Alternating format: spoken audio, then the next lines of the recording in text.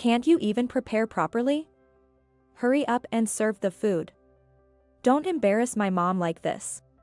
Huffing and puffing, Michael stormed out of the kitchen with an extra bottle of wine in hand. Of course, he never gave the slightest indication of helping. Silently, I began cleaning up the broken dishes. I'm so done with this. Why is it always just me? What happened? Just then, Jonathan, my father-in-law, who seemed to have arrived late, poked his head into the kitchen. Probably having heard the sound of breaking dishes. Seeing the array of dishes laid out in the kitchen, he looked surprised. All this. Don't tell me you did this all by yourself. With a sense of resignation towards Jonathan's attitude, I informed him with a touch of self-deprecation. It's always like this. I then gathered the broken pieces of dishes and stood up. Seeing me like this, Jonathan seemed at a loss for words. The sight of me, evidently more worn out than the last time we met, shifted his surprise to anger. I'll ask my wife what she intends. You come too. After telling me that, Jonathan led me to the living room. My name is Sarah, 32 years old. I've been married to Michael, who is 3 years my senior, for almost a year now. I had been working as an outpatient nurse at a small pediatric clinic since before I got married, but I recently switched to a general hospital in the same city for skill development. If it's been a year since the marriage, I believe it would still be considered newlywed by general standards. However, from day one of our marriage, we've been staying at my in-laws' house with my mother-in-law, Linda. The reason was that my husband wished it so, concerned about his mother who was left alone because his father was on a long-distance work assignment. At first, I also thought having more people living together would be reassuring. I believed we could help and support each other during busy times. But I soon came to understand painfully that this was a huge misunderstanding. Sarah, that's terrible of you. It was the morning after my first night shift since changing jobs. After managing to complete the unfamiliar work shift from midnight to 8:30 a.m. and returning home exhausted, I was met with a single displeased comment from Linda. It was 9 a.m. Due to a scheduling mismatch, Michael had already left for work. This time of the day is when neighbors frequently pass by our house. Whether she knew this or not, Linda confronted me loudly enough for neighbors to hear. How come you didn't prepare breakfast just for me? You meaning what? Well, breakfast? Confused by the sudden accusation, I pondered its meaning and felt perplexed. Because I had prepared breakfast for two before leaving for work last night. Most likely, Michael ended up eating his mother's portion as well. Even if I pointed this out, Linda wouldn't budge, insisting it was my spiteful act. In the end, I had to prepare her breakfast again, rubbing my sleepy eyes. Having an inflexible daughter-in-law is such a hassle. Even after having me prepare breakfast again, Linda didn't utter a single word of thanks. Instead, after taking just one bite, she complained about the taste being too strong and the food being too salty. But with my head foggy from sleepiness, I ignored her complaints and tried to leave the room as soon as possible to get some sleep. However, Linda coldly called me back just as I was about to leave. Wait a minute, Sarah, where do you think you're going? There are still dishes to be cleaned up. I'm sorry, Linda. I've just come off a night shift, so could you possibly take care of the cleanup? What? What are you talking about? Cleaning up is a part of cooking. Besides, since cleaning and laundry are your responsibilities, I've made sure to leave them for you. So if you're going to rest, could you please finish those first? Could I possibly do it after I've rested? What kind of selfish thing to say? You're the homemaker of this house now, aren't you? Well, I'm not heartless, so it would be different if you had kids. But you don't have any now, right? I'm on it. It seems I won't be allowed to rest just yet. Forced to whip my leaden body into action, I ended up doing all the chores as ordered by Linda. I'll take care of the household chores once you have kids, has become her recent mantra. And it implicitly means, why haven't you had children yet? Since Michael is her only child, Linda probably places too much expectation on me to bear her grandchildren. My friend's daughter-in-law got pregnant during their honeymoon, and another has already become a mother of 3. I'm incredibly envious. I also want to see my grandchild soon. Even without being told, I too wish to be blessed with a child soon. At the very least, it would free me from these daily jibes. But it hasn't happened. Over the past year, I've taken care of my health, tried supplements, and attempted everything that's said to be beneficial. I've tried everything I could think of.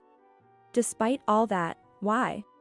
After finishing the tasks with great effort, I turned back to Linda, this time determined to tell her, I'm going to rest. But before I could speak, she smiled sweetly and said, Thanks for your hard work. It's about time for lunch. Pasta would be fine. In the end, I was able to go to sleep only after the clock's hands had significantly passed noon. Hey, Michael, let's have a talk about the fertility treatment. The doctor at the clinic said it's important for both of us to come in so they can create a proper treatment plan. Can you keep this Saturday free? One night, when Michael's overtime and my work shift didn't overlap, I shared with him the results from our recent visit to the fertility clinic. Though it was just an initial consultation involving submitting a basal body temperature chart, blood tests, and a brief interview. What? What's this all about? This is the first I'm hearing of it. I mentioned that I was worried about not having children, and you suggested I visit the clinic. Yup, I said that, but why do I have to go too? I understand his confusion. Although gynecology wasn't my field, I initially believed that fertility treatment was something women had to tackle on their own. That's why I went to the first appointment by myself. But there, Dr. Brown explained that treatment requires the cooperation of both partners. For a successful pregnancy, not only the wife's but also the husband's reproductive health is crucial. Semen volume, concentration, motility, and sperm morphology are all important factors that need to be checked. Depending on the results, it could significantly affect the treatment plan. In other words, Michael's semen analysis is quite important for fertility treatment. That's why I need you to come for the treatment plan explanation. You're the only one who needs to listen. Anyway, it's got nothing to do with me. That's not true. It's a matter for both of us, isn't it? Put yourself in my shoes, being asked when we're having a kid every time I see your mother. Don't speak ill of my mom. It's your infertility that's the problem. Just get it treated quickly. That's why I need your cooperation. Fertility treatment isn't just about checking fallopian tubes and follicles, a semen analysis is essential. I'm healthy and have no issues. Our sex life is fine, and I have plenty of volume, right? So, there's no need for a test. Then prove it. What if my colleague sees me there? Are you trying to embarrass me? In any case, I absolutely won't go. Did I make the request in the wrong way? It seemed to upset Michael, and he ended the conversation by pulling the blanket over his head and starting to snore loudly. Looking down at Michael, I let out a deep sigh. I believe that night shifts symbolize one aspect of nursing as a unique profession. While the arrangement of night shifts varies by medical institution, at my new job, we typically work 3 shifts. Besides day shifts, there are 4 to 5 night shifts per month, and including evening shifts, about 8 night shifts in total. But it's not the irregular work schedule that's the hardest. It's the volume of tasks assigned by Linda when I'm at home. Nurses are supposed to be exempt from day shifts after a night shift, but since I have to take care of household chores, I essentially have no days off. If I had known this reality awaited me, I would have never considered changing jobs. Linda became more demanding after our first year of marriage. Looking at her now, it's hard to believe, but right after we got married, she wasn't so overtly imposing household chores on me. Could it be because I still haven't been able to conceive? After enduring such a life for just over 6 months, my body, which was once slightly plump and healthy at the time of our marriage, has now become skeletal. With my flesh wasted away to the point where my bones are protruding, transforming into a clearly sickly figure. However, strangely enough, it seemed that both Linda and Michael were completely oblivious to the changes in me. Perhaps because we see each other every day, they might not notice the gradual changes. Then came a day in summer. Michael approached me with a plan, looking excited. We're going to celebrate Mom's 60th birthday this Sunday. She's really looking forward to inviting a lot of her friends. So I'm counting on you to handle the preparations. Saying this, he handed me a piece of paper. Written in Linda's handwriting were the names and contact details of the guests, the menu for the meal, specifications for the dinnerware to be used, the order in which the dishes were to be served, and even the brands of drinks to prepare, all detailed meticulously. What was astonishing was the number of guests and the schedule. Of course, Jonathan's name was on the list. 10 people? To prepare meals for that many people, with this many dishes. And on Sunday, I'll be just off my night shift. It can't be helped, Mom insists on that day. It'll be fine. You always manage to stay up until the afternoon anyway. The birthday party is at noon. So it shouldn't be a problem. Saying that, Michael left the room, leaving me in a daze. I bet neither of them will lift a finger to help. In my numb mind, I was strangely certain of this. And then came the morning of the 60th birthday party. As usual, after coming off a night shift, I staggered home and went about the household chores and preparations as Linda directed. Having done the laundry and cleaning the night before, turned out to be a saving grace. But some of the groceries I had bought in advance were apparently eaten by Michael, forcing me to go shopping again. Due to this mishap, guests started arriving at the house before I could even begin preparing the main dishes. While Linda, dressed to the nines, entertained the guests, I hurriedly prepared the drinks, a few appetizers, and glasses. I hoped to have the main dishes ready while they enjoyed those. Despite already being significantly behind schedule, I still continued to work as hard as I could. However, once time is lost, it's not easy to make it up. What are you doing, Sarah? You're behind the schedule. It seemed that Linda had instructed Michael about something, and just when the main dish was nearly finished, he came stomping into the kitchen. Seeing that the plating was not yet finished, he frowned deeply. What? It's not ready yet. Can't you even prepare properly? Hurry up and serve the food. Don't embarrass my mom like this. Grumbling, Michael forcefully grabbed the wine bottle I had set aside to rest. At that moment, a stack of plates I had set aside for plating toppled over, falling from the counter and shattering into pieces. My face turned pale because those were Linda's favorite plates. But Michael remained unfazed. Don't stack them like this here. With just that comment, he left the kitchen. Of course, he showed no inclination to help. I crouched down on the floor and began silently picking up the broken pieces. I'm so done with this. Why is it always just me? What happened? At that moment, I heard a gentle voice. Surprised, I turned around to find my father-in-law, Jonathan, who seemed to have arrived late. Standing at the kitchen entrance with large bags in hand. It seems he came after hearing the sound of the broken plates. Oh, did the plates break? Are you hurt? His words, purely out of concern and without any scolding for the mishap, almost brought me to tears. Well, it feels like it's been quite a while since someone spoke to me so kindly in this house. After all, the last time I saw Jonathan was back during Christmas holidays. He crouched down and helped me collect the scattered pieces of the broken plates together. Then, seeing the array of dishes laid out in the kitchen, he showed a look of surprise. All this, Sarah, don't tell me you did this all by yourself. Jonathan looked around, searching for anyone else who might have been helping with the preparations. But there was no one else. There never had been, in this house. With a sense of resignation, I told him with a touch of self-deprecation. It's always like this. Then, gathering the broken pieces of the plate, I stood up. Upon taking another look at me, Jonathan seemed to be at a loss for words. My appearance was clearly different from when we last met, noticeably worn and gaunt. My hair and skin were in terrible condition, with dark circles under my eyes, and not a trace of my former cheerfulness remained. And then, the mountain of dishes before me and my words. Did all the pieces lead to one conclusion? Jonathan's expression of surprise now morphs into one of anger. I'll ask my wife what she intends. You come too. With a voice lower than I'd ever heard him use, he said so, and I hurriedly stopped him as he attempted to leave the kitchen. But the cooking isn't done yet. There's no need for you to do it.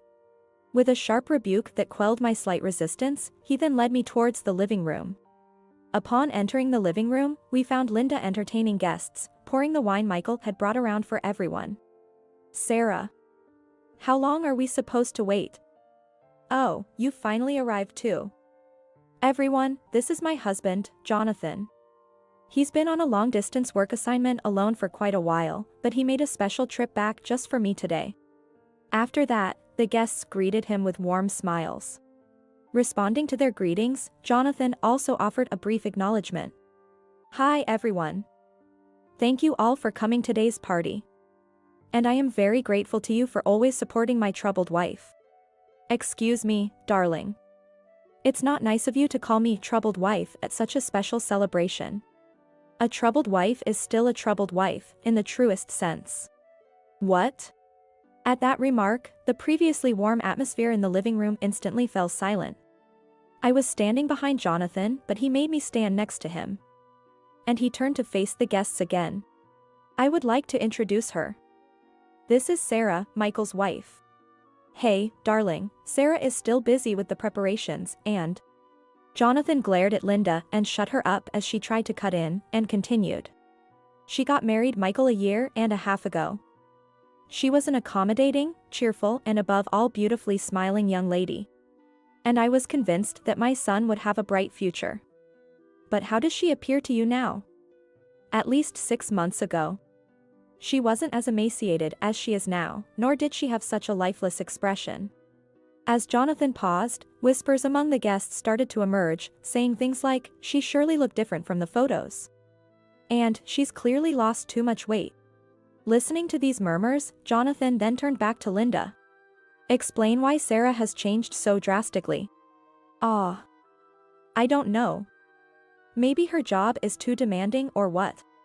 "Oh, don't you remember I told you she switched to a hospital with night shifts at the start of the year over the phone?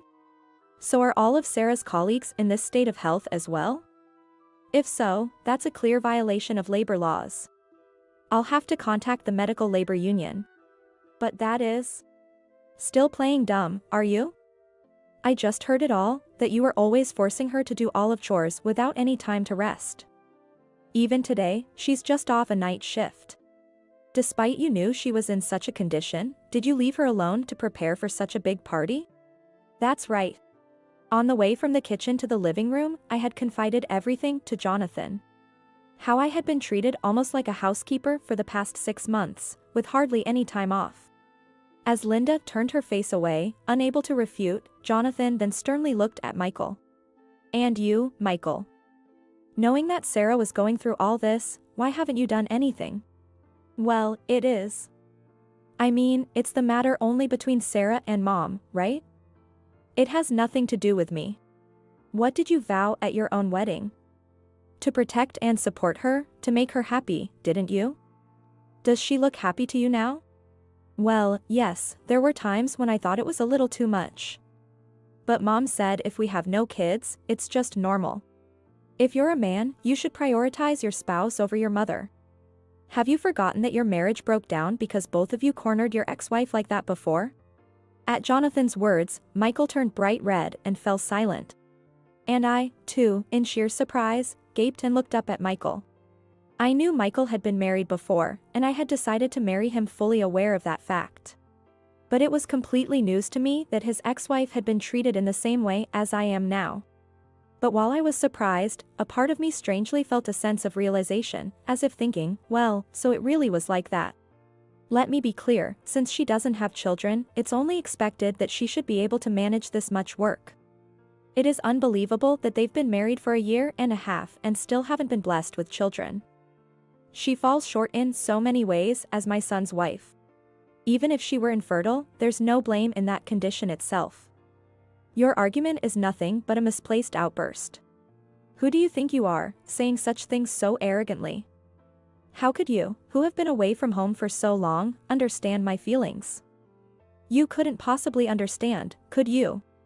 Surrounded by people who constantly boast about how happy they are with their grandchildren, do you have any idea how miserable that made me feel? It was tough. I wanted to meet my grandchild so badly. With that outburst, Linda finally broke down in tears.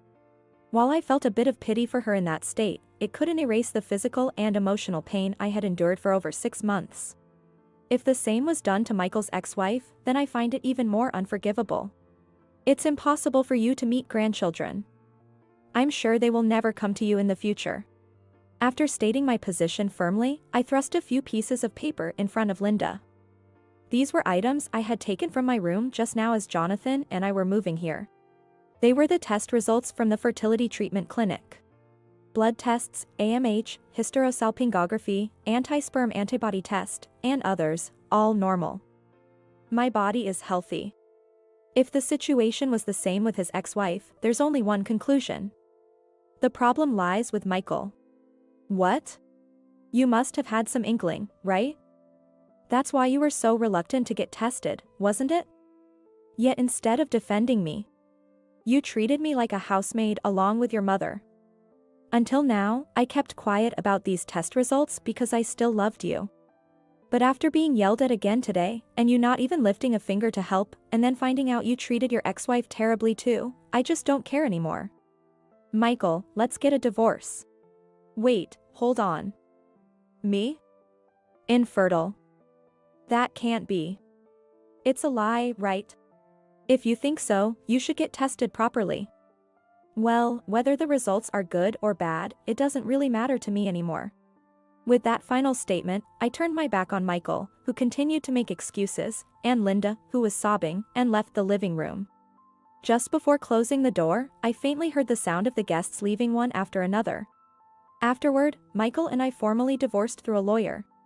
He made a fuss, but thanks to Jonathan recording the conversation in the living room that day, it was acknowledged that I had been subjected to psychological abuse by Michael and Linda for 6 months. Moreover, when Michael finally underwent a semen analysis, it turned out he indeed had azoospermia, and Linda was furious about it. And then, after we successfully finalized our divorce, surprisingly, Linda and Jonathan decided to get a divorce as well. Jonathan mentioned, I had hoped she would reflect on and change her behavior regarding how she treated our son's ex-wife, but since that didn't happen, I had to make this decision. He apologized for not realizing the situation sooner and for not having Michael's sperm tested before we got married. A year later, rumor has it that Linda, ousted from the family home, now lives in public housing with Michael within the same city. Furthermore, it seems that Linda was cut off by her former friends as well. Moreover, through those friends, the rumor spread further, and now Michael is said to be feeling quite uncomfortable even at his workplace. And through Jonathan, I met a man and, after 6 months of dating, we got married. Jonathan said that he highly trusts the man who works for him. Now, we are living happily together. Recently, I found out I was 2 months pregnant after a checkup at the gynecologist, and I plan to share the news with Jonathan soon. After all, for us, Jonathan is not only the matchmaker but also the benefactor who saved me from a difficult situation. I want a child of my own too. In a sarcastic tone, my husband Alex says. I finally couldn't take it anymore and spoke up. What? What are you talking about? Isn't he right here? Until now, I've been harshly criticized by my husband Alex for our difficulty in having children. Even now, he's holding my sister's baby in front of me, as if to make a spectacle. What? Alex's mouth falls open in surprise. Despite all the evidence, he can't possibly be planning to play dumb. I won't let him. I'll make sure you all are the ones who are brought down to hell. My name is Natalie. I'm a 25-year-old homemaker. All right, it's done. I was preparing dinner in the kitchen. When I opened the large pot, the refined scent wafted through the air. I tasted the soup I scooped from the pot. The sweetness is okay, the meat is tender, all right, it's exactly to his taste. Just as I was satisfied and sighed. I'm home. My husband Alex returned. I went to the entrance to greet him. Welcome back. It's your favorite soup today. As I took Alex's bag at the entrance and was about to head back to the room. Hey. Alex grabbed my shoulder. I felt a piercing gaze on my back. How was it? Today was the day, right? I gasped at his words. My heart pounded, and I felt dizzy. Answer me. I swallowed hard and opened my mouth. What? I mustered the courage to speak. It didn't work out. This month too, we didn't get a baby. I clenched my hands tightly. Seeing this, Alex sighed deeply. Again? Why can't we have a child? Making soup as if to appease me, how contrived. I'm sorry, but don't make excuses. All my friends had kids right after getting married. Thinking of names, buying baby clothes, they all seem so happy. I want children too. But we've only been married for 3 months, we don't have to rush. Damn. Alex stared at my face. Then, as if struck by a thought, he snorted through his nose. You're infertile as a woman, aren't you? Maybe you should go see a gynecologist. Alex snatched the bag from me and went to his own room. I covered my face with both hands. I too want a child. To bear a new life and feel its preciousness. To be moved by every little milestone in my child's growth. But maybe I'm not worthy of that. My parents disappeared before I was even fully aware. They vanished, leaving us behind. Left behind were me and my twin sister. We grew up without knowing parental love. Can someone like me become a proper parent? That's always been my worry. But I can't give up. If my desire for a child is genuine, surely, someday, God will grant me this wish. I'll hold on to that belief and wait for the time to come. Besides, next month is our much-awaited wedding ceremony. Since it's a bit late, my expectations are even higher.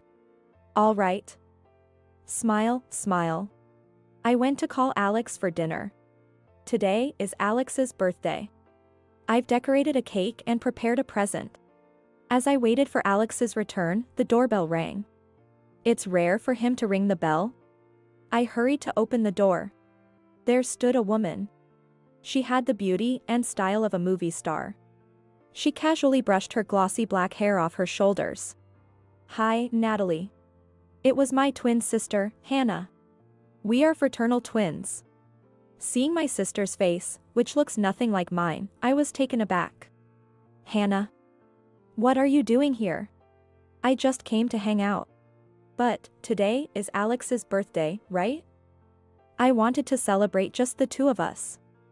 Didn't I text you? Realizing her mistake, Hannah apologized. Sorry. I forgot. I just wanted to see you so much. I've been lonely since you got married. Since I got married, Hannah has been visiting our house unexpectedly almost every week, no, every 3 days. Because of this, Alex and I haven't had much time alone recently, and we haven't been able to have a proper conversation. But when I hear Hannah say she's lonely, I find myself unable to say anything. After all, we're the only family we have. Hey, sis. I'm giving you this bag. I haven't been using it much lately. I opened the paper bag my sister gave me. Wow. This is from a famous brand. It's okay. I usually give them to my friends. This time it's for you. Take it and go out to dinner with your friends. Oh, right. You don't really have friends like I do. By the way, look at this. The party we had the other day. Hannah showed me a photo. In it, Hannah and over 100 of her friends were elegantly enjoying a dinner party. I chuckled. Hannah, you're such a social butterfly. You're the complete opposite of me, and that's really amazing. You're successful in your career. You have money, and you have a boyfriend, right? Well, of course, this is just the norm for me. Hannah said with a boastful smile. I gave a wry smile at her demeanor. What? Then Hannah froze as she looked at the table. She burst into laughter, holding her stomach. Wait, did you actually make this cake yourself? Yes. Is that weird? Everyone knows that people prefer store-bought cakes. You're doing thankless work, sis. It's really sad. Hannah leaned in to look at my face and smiled. Well, that's what makes you adorable, I guess. Hannah smiled sweetly. Then, her expression suddenly changed as her eyes sparkled with excitement. That's right. I actually have some news to share. I'm home. Alex returned from work. We stopped our conversation to greet today's star. As I was cutting the cake, Alex and Hannah started getting excited about something they saw on TV. This is so pitiful. Despite being an actress, she couldn't have children after she got married, and by the time she finally did, she was 40. How miserable. Seriously. The two of them seemed to get along well, often gossiping about celebrities. They looked like a real couple. Look, baby pictures. My heart skipped a beat at those words. Children are a symbol of happiness. I believe that giving birth is a woman's mission. A woman who can't have children isn't really a woman. I get it. I really click with you, Hannah. We really do get along, don't we? I silently served the cake. Right, Natalie? Alex teased me. Hannah suddenly covered her mouth in shock. Oh, sorry. I didn't mean you. I was talking about someone else. At that moment, Hannah looked at me and smirked slyly. It was an expression I had never seen on her before. I sensed a definite malice in it. The reason my sister comes to visit. It's because she's lonely without her sister. That's why I couldn't refuse her. But, is that really true? After the party ended and Hannah left, I received a message on my phone. I'm actually pregnant. Remember I said I had news? Of course, we're planning to get married. Sorry for finding happiness before you. A family member becoming happy. I should be happy, I should be congratulating them. But inside me, something dark was brewing. And then, time flew by in an instant. Today is the long-awaited wedding day. We chose a small local church as the venue. It's somewhat modest, but we wanted to save as much money as possible for the children we hope to have one day. After getting dressed in my wedding gown, I'm spending a calm moment in the dressing room. But that peace was shattered in an instant. Bang. The door bursts open. I'm here. Congrats, big sis. Startled, I turned to see my sister. But an even more shocking sight awaited me. Hi Hannah, that outfit. What? What's up? I swallowed hard and then said. You shouldn't wear white to a wedding. Yes, my sister was wearing a pure white dress. Hannah apologized in an exaggerated manner. Sorry. I tried to avoid it, but I just fell in love with this dress, and besides. Hannah smirked. It suits me, doesn't it? This dress.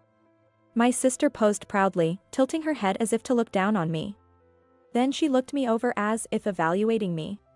Is that handmade? It looks more like a dress than a gown. It doesn't have the usual fluffy dress shape. Yes. I like this designer who made it especially for me. It's embroidered with my favorite flowers. Hannah smiled with just her lips. Wow, that's nice for you. Embroidery gives off an old lady vibe, but it really suits you, so I guess it's fine? Thank you. I forced a smile. Hey, it's time. Alex came into the dressing room and spoke brusquely. You look beautiful. Not a single word of that was given. I let out a deep sigh. The ceremony went smoothly, and the reception began. Now, we'll have a speech from a family member. Hannah stepped up to the microphone. Instantly, the men in the venue started murmuring. Beautiful. Gorgeous. I wish I could marry someone like her. Their gazes went beyond the dress, entangling with her beauty and figure. Nice to meet you. I'm Hannah, her sister. Today, there are a few empty seats, but thank you all for coming. The reception had a 30% absence rate. We had prepared seats for Hannah's friends, but none of them showed up. As you can see, my sister doesn't have friends, only about 8 in total. She always spends her holidays cooped up, eating snacks and tapping on her cell phone. Isn't that pitiful? There were snickers throughout the venue. I felt the blood drain from my face. Hannah, what are you saying? It's a wedding. A reception. But I love my sister just the way she is. Alex, please make my sister happy. My sister displayed a smile like that of an angel. A round of applause erupted. I didn't even want to think about who it was for. After the reception, I called my sister to the dressing room. Why did you say that, Hannah? The empty seats were for your friends, right? You made it seem like it was my fault. I pleaded desperately, but my sister, with a troubled smile, patted my head. Don't be mad. If you worry about such things, life will be hard, won't it? My friends also said it was a nice ceremony. The two of them were nonchalant. Why? How could you? As I panicked, they laughed at me as if mocking. I was paralyzed by this incomprehensible reality. Soon after, my in-laws arrived. They consoled me and scolded Alex and my sister. "We're truly sorry for our son's behavior." They apologized like that. I felt a bit relieved, but suspicion towards the two of them began to emerge within me. Little by little, but surely, a sense of discomfort was accumulating. 10 months have passed since then. Me, Alex, and my in-laws were heading somewhere by car. Alex, driving, was in high spirits. "Man, I'm really looking forward to this." "You feel the same, right, Natalie?" I remained silent, looking down. We arrived at my sister's house. Alex and my in-laws were excited, surrounding the living room sofa. "She's so cute. Glad she was born healthy." At the center was my sister. And her baby. Upon seeing me, my sister, holding the baby, ran over. "Look, sis. Isn't she adorable? She looks just like me." My sister was radiating happiness. However, her eyes were wide open, enjoying my reaction with a twisted smile. "Congratulations." I muttered softly, looking down. "Wow, she's so cute. Can I hold her?" "Of course." Alex's eyes sparkled as he held the baby. "Babies are this cute. Look, Natalie, this is a symbol of happiness." "Yeah. What's wrong? Jealous of Hannah? That's why you're not getting pregnant." Alex, as if to flaunt the baby, held her and smirked at me. "I want a child of my own too." At that moment, something snapped inside my head. "What? What are you talking about? Isn't she right here?" "What?" Alex's mouth fell open in shock. "What?" The in-laws were wide-eyed and frozen. Pointing at the baby in Alex's arms, I made sure everyone could hear each word clearly. "She's right there. Your child. The lovely baby of you and Hannah." In that moment, the atmosphere turned ice cold. Alex's face turned pale, and Hannah's face contorted. I took out a photo from my bag and scattered it across the floor.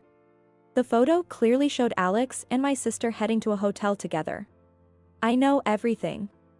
That Alex and Hannah were having an affair. As I declared this, my sister burst out laughing dismissively. "Stop it, this must be some kind of Photoshop, right? Don't be ridiculous. The ridiculous one is you, Hannah. I suspected you two were up to something, so I installed surveillance cameras in the house. And then, when I wasn't around, the two of you." I pulled out my phone and started playing a video.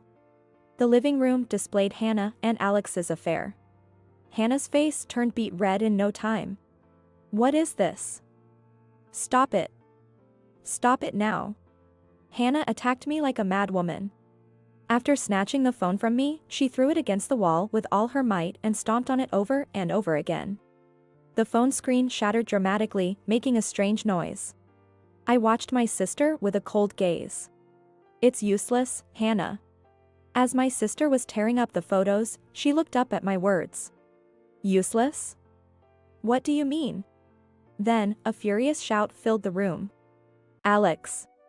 The father-in-law had grabbed Alex by the collar. "Did you betray Natalie? With her own sister, no less. You monster. You even had a child. How are you going to take responsibility, you foolish son?" The mother-in-law was in tears. Alex, condemned by his parents, trembled. Wait. We don't even know if the child is mine and Hannah's. Natalie is just trying to make me look bad by saying whatever she wants. DNA test." "What?" I said loudly. "A DNA test will reveal whose child it is. Why don't you go to the hospital and have it done?" "But..." Alex stammered, but, still not giving up, pleaded with his parents. "Look, Natalie can't get pregnant at all. A woman who can't bear children isn't fit to be a wife, right? Are you out of your mind? A man who commits adultery is the one who's unfit to be a husband. But that's..." Alex averted his gaze. Seeing this, the in-laws sighed deeply and looked away. "You have something to say too." Why did you do such a thing? Betraying your family is a grave sin. Hannah's shoulders jolted. It's not my fault. The bad one is you, Natalie. Hannah gritted her teeth, glaring at me with a face like a demon. It's because you stole the person I had my first love with.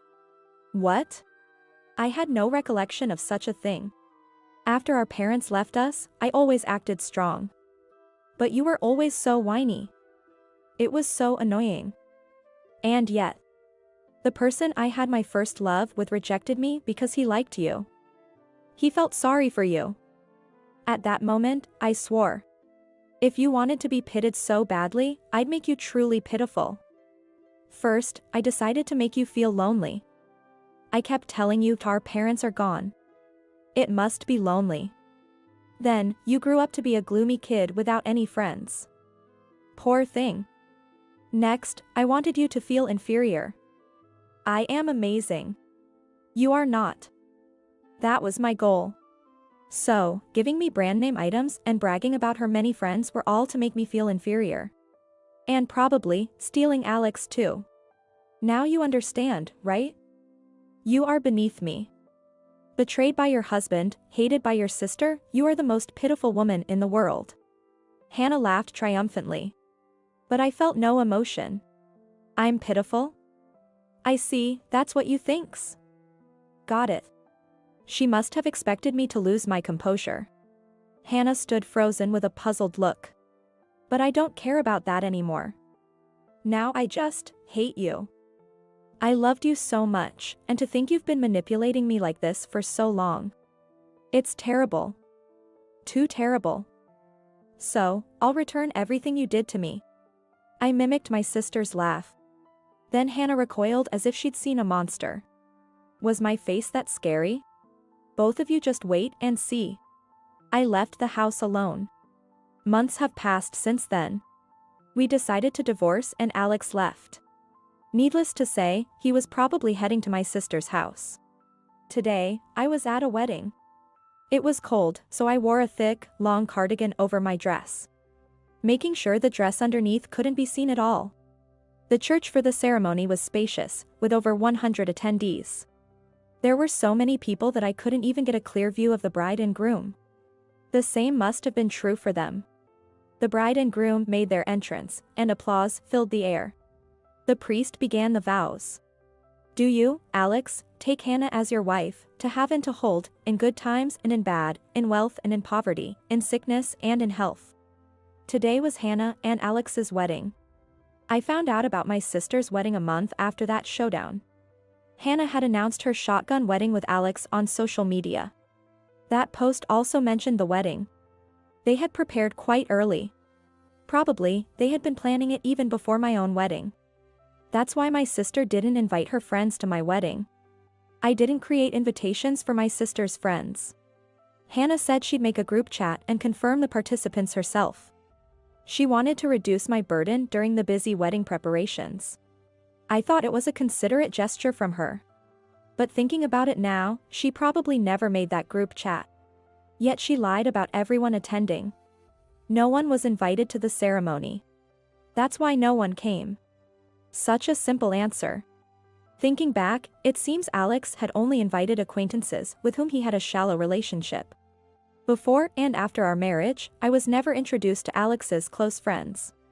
Whether Alex had been connected with my sister before marrying me or it was just bad timing, the reason will forever remain a mystery. But one thing is for sure. They wanted this to be their first wedding ceremony.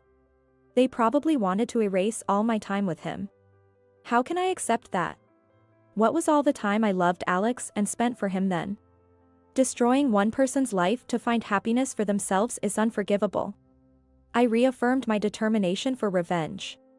As the wedding ceremony concluded, the reception began. Perhaps due to the large number of people, it was a buffet-style party, and the venue was bustling. I kept to the shadows. Now, we will present a congratulatory movie. Since the groom's parents couldn't attend today, they've sent us a special video. Please watch. The staff announced proudly. What, ? Hannah and Alex were taken aback by this. The venue's screen lit up, showing the in-laws. They were smiling, but their eyes had the sharpness of hunters spotting their prey. It's finally starting. I smirked as I watched the screen. Congratulations on your marriage, Alex and Hannah. Congratulations. In the video, the two of them exchanged smiles. Thank you for coming today, everyone. As a token of our gratitude, we'd like to give you a gift. Excited murmurs rose from the crowd. What is it? A present? The mother-in-law interrupted. It's a gift of words.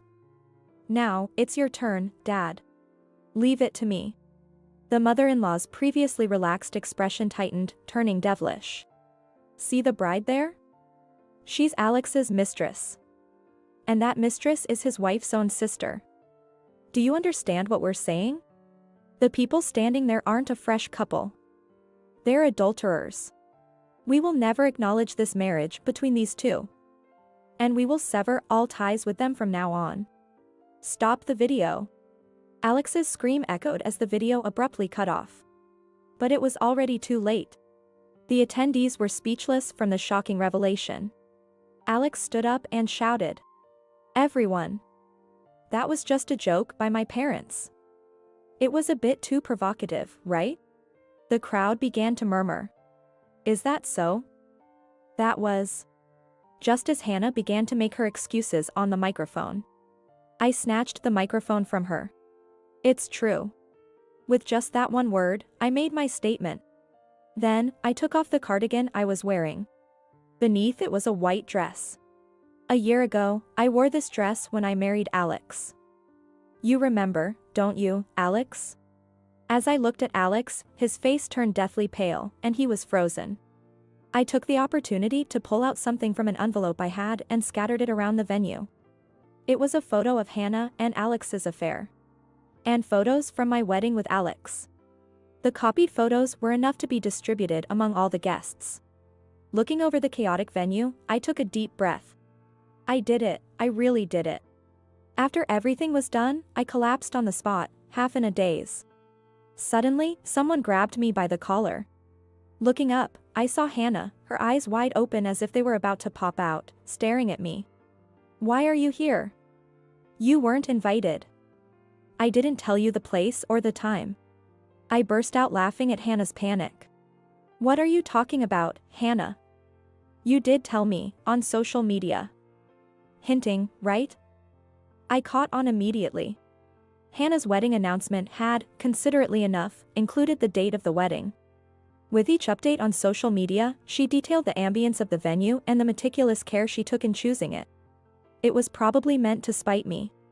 I'm going to have such a wonderful wedding. Not like yours. But that became a clue for me. It was easy to find on the internet. Social media can be scary, right? But why were you allowed in the venue? Your name wasn't on the guest list. I sighed and gave the obvious answer. Because I'm the bride's sister. The receptionist was one of your friends, right? She knew my face, so she let me in. They wouldn't kick out the bride's sister just because she wasn't on the guest list, right? You mean, you brought that video too? You brought it in secret, saying it was a surprise? We didn't invite those two. That's right. Your parents-in-law sided with me. They came to my house to apologize, saying they couldn't stand to see Alex and you happy. So, we all planned today's event together. I pointed around the venue and laughed. Look, everyone's leaving. Watching the guests leave, Hannah's face turned pale. Wait, everyone. Her friends turned back to her all at once. Oh, Hannah. Why are you leaving? Those photos. The photos might be fake. But we don't want to associate with someone who might have committed adultery. Being with you would lower our own value. Value? But we're friends, right? It's rich hearing that from you, after all the brand name gifts you've used to lure us in. Well, we were also friends with you for that reason. That's why we helped you, right? Taking group photos to show off to someone. This can't be happening. Let me tell you one last thing. You've always seen us as just numbers, right? The more, the better. You don't care about each of us individually. It must have hit the mark. Hannah bit her lip hard. Goodbye, Hannah. Her friends left. In the now silent and deserted venue, there sat Hannah on the floor, Alex holding his head in his hands, and me, strangely calm. Well then, Hannah, see you around. I left the venue. A few days after Hannah's wedding, I was relaxing at home.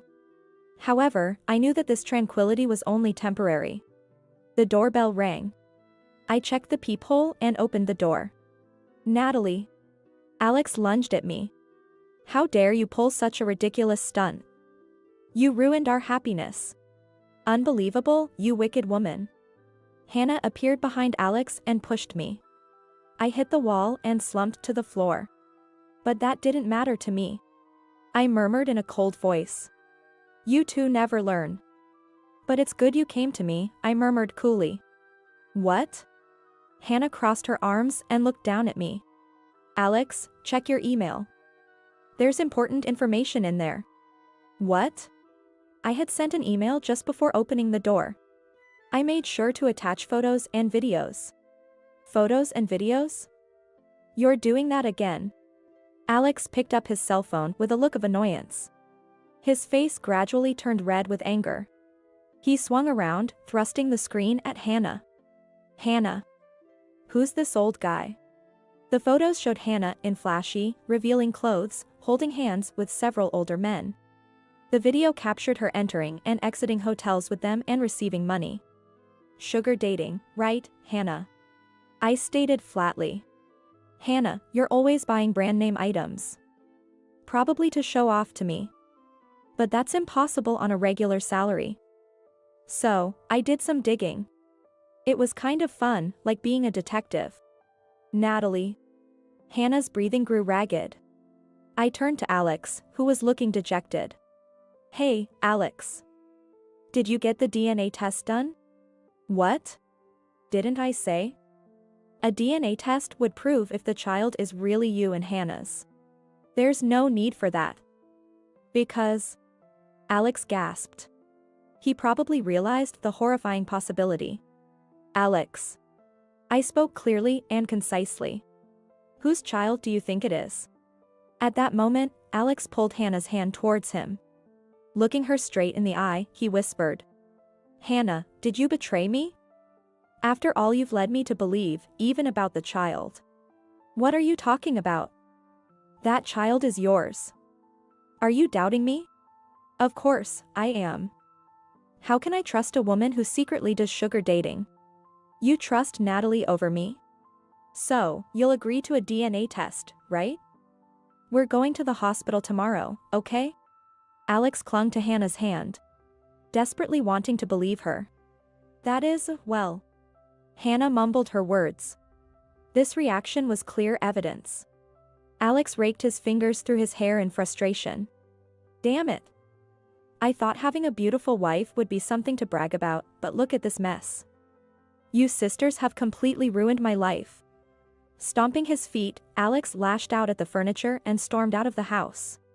Hannah, who tried to stop him, seemed to be pushed aside and sat slumped on the floor. Hannah. Looking down at her, I decided to provoke her further. So, how do you feel now? Hannah twitched in response.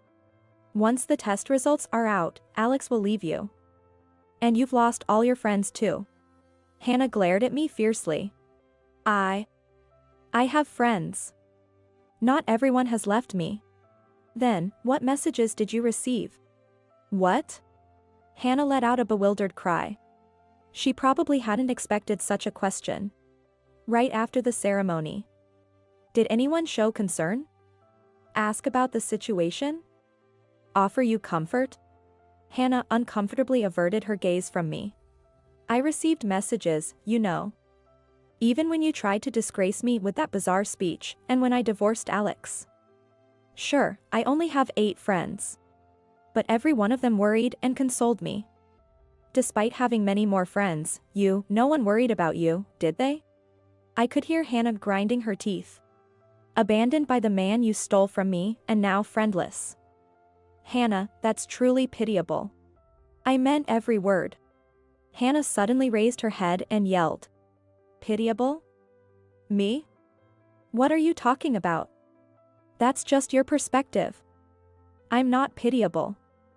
I'm beautiful, have a great figure, and am valued enough to be spoiled by men. The pitiable one is you, with nothing to boast about. I felt no emotion towards Hannah's outburst and quickly replied. That's right.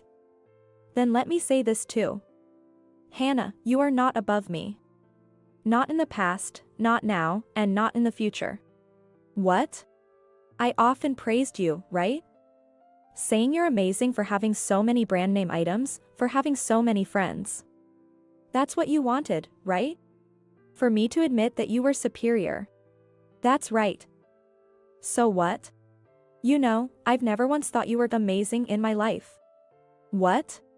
I glanced at Hannah's bag tossed aside on the floor. I'm not at all interested in brand name items. And I don't care about having a few friends. I've never aspired to be someone with many friends. That's the kind of values I hold. So, Hannah, you were never actually able to get one over on me. What? No way. You were always saying how envious you were of me, how amazing I was. I said those things to make you happy because we're family. When someone's bragging with a smile, I wouldn't just dismiss it. In a word, I was flattering you. You took it seriously. What? Because I loved you, Hannah. We were the only family we had, and I didn't want to lose you, so I was considerate. Hannah screamed with a trembling voice. Don't lie. You were troubled because you couldn't have children. I don't care about that anymore. I answered with a sigh. In my life with Alex, I convinced myself that I had to have children. But life isn't that simple. There are many different people and many different ways to live. I won't suffer by obsessing over having children anymore. So, what I did was... Hannah began to tremble violently. I dragged the now immobile Hannah outside the house. Goodbye, Hannah. I closed the door with a bang. After that, Hannah and Alex got divorced. The DNA test results showed that the child wasn't Alex's. The news of Hannah and Alex's affair spread quickly. It was inevitable since they had invited 100 people to their wedding. Alex and Hannah were fired from their jobs and struggled to find new employment, living a difficult life with day-to-day jobs. I moved away from my hometown to start a new life. In this place, without Hannah and Alex, I plan to forget everything and start over. Today, I'm going to visit a friend's house.